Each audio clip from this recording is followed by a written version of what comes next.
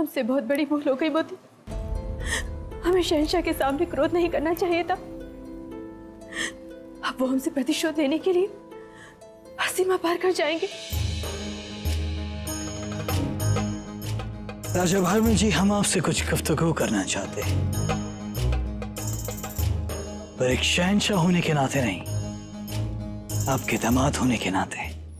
मासा बापूसा को लगता है कि हम यहाँ पर बहुत प्रसन्न हैं, लेकिन शहंशाह उन्हें बता देंगे कि हमारा संबंध कैसा है।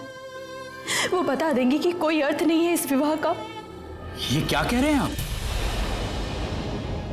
ठीक ही कह रहे हैं राजा साहब। हम आपको वही बता रहे हैं जो आपकी बेटी ने आपसे छिपाया है, पर उसके मन में।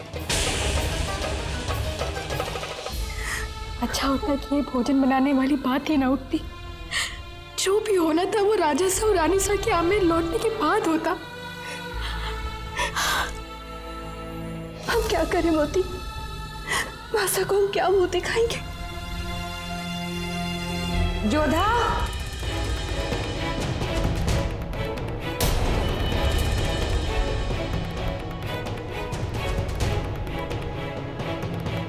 जवई से आए थे थारे बापूसा के पास। कल जब तुमने हमसे कहा कि तुम दोनों के बीच सब कुछ ठीक है, तो हमें विश्वास नहीं, मगर अब हम समझ गए कि जवैसा ने ऐसा क्यों किया। हमारी बात पर विश्वास कीजिए मासा। अरे ऐसे भी कोई रोता है भला पगली?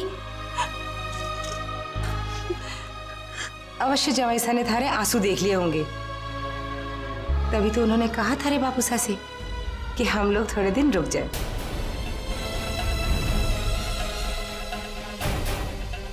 ताकि तुम्हारा मन भी अच्छा रहे और ये आंसू वो भी ना बहे। इसका मतलब उन्होंने कुछ नहीं बताया बापूसा को, उल्टा इन्हें यहाँ रुकने के लिए कहा। पर इसके पीछे उनका उद्देश्य क्या है हम जानते हैं। हमारे माँ बापूसा को वो ढाल बनाना चाहते हैं, हमारे विरुद्ध लड़ने के लिए। किस सोच में पड़ गई? कुछ नहीं मासा। सोच सोच कर तो हम परेशान हो गए थे कि हमारी बच्ची किस हाल में होगी यहाँ। पर अब यहाँ आकर हम निश्चिंत हो गए। नियति जो भी करती है ना जोधा, अच्छे के लिए करती है। शहंशाह को हम जितने बुरे समझते थे उतने बुरे हैं नहीं वो। अब रोना बंद करो। थारे बापूसा ने उनका आग्रह मान लिया है, हम रुक रहे हैं यहाँ कुछ दिन।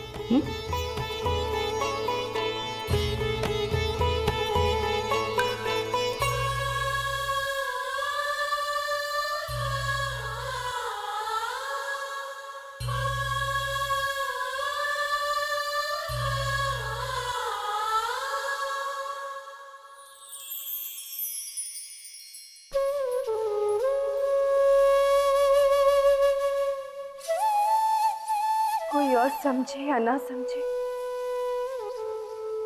लेकिन आप तो जानते हैं ना कान्हा, शहंशाह ने जानबूझकर हमारे माँ बापूसा को यहाँ पर रोका है।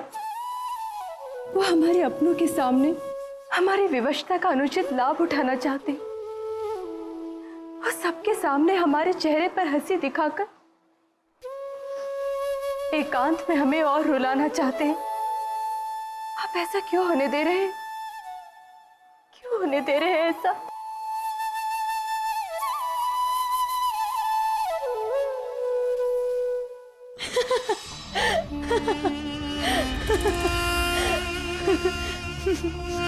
तुम हंस रही हो?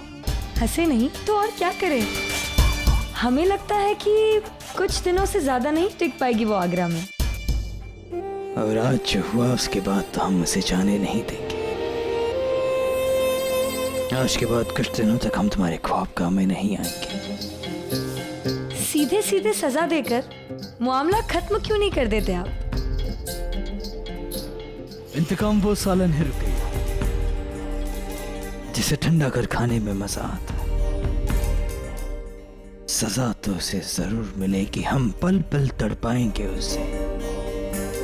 पर फिर भी उसे अपने वालिदैन के सामने मुस्कुराना पड़ेगा। अब हम समझे कि आजकल शतरंज खेलने में आपको मजा क्यों नहीं आ रहा। जीते जागते लोगों के साथ खेलने का मौका मिले तो कोई मोहरों से क्यों खेले भला।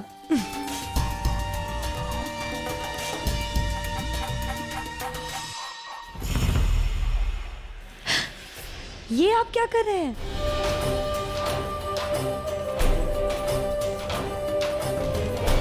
आदत डाल रहे हैं। आदत? एक पुराना किस्सा है रुकैया। एक बादशाह को बचपन से ही थोड़ा थोड़ा जहर खिला गया। धीरे धीरे उसके जिस्म को जहर की आदत पड़ गई। और फिर एक वक्त ऐसा आया जब उस पर किसी भी तरह के जहर का असर नहीं हुआ।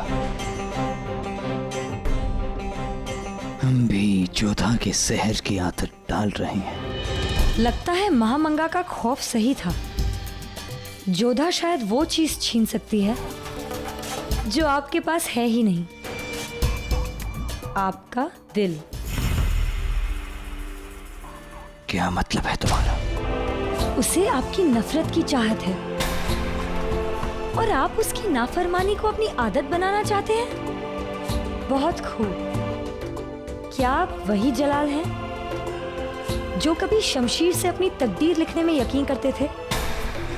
आपने सैकड़ों बहादुरों के हौसले पस्त किए हैं, पर मानना पड़ेगा जोधा को, उसने आपको शिकस्त दे ही दी। जोधा हमें शिकस्त नहीं दे सकती, हरगिज़ नहीं।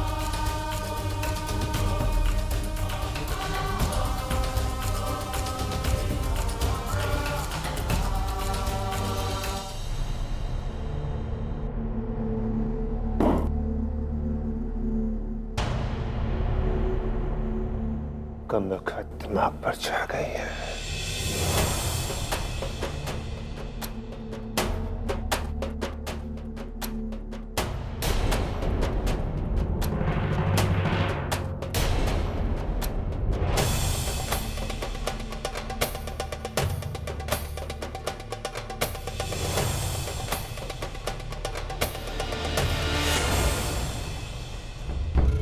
कहाँ जा रही हो?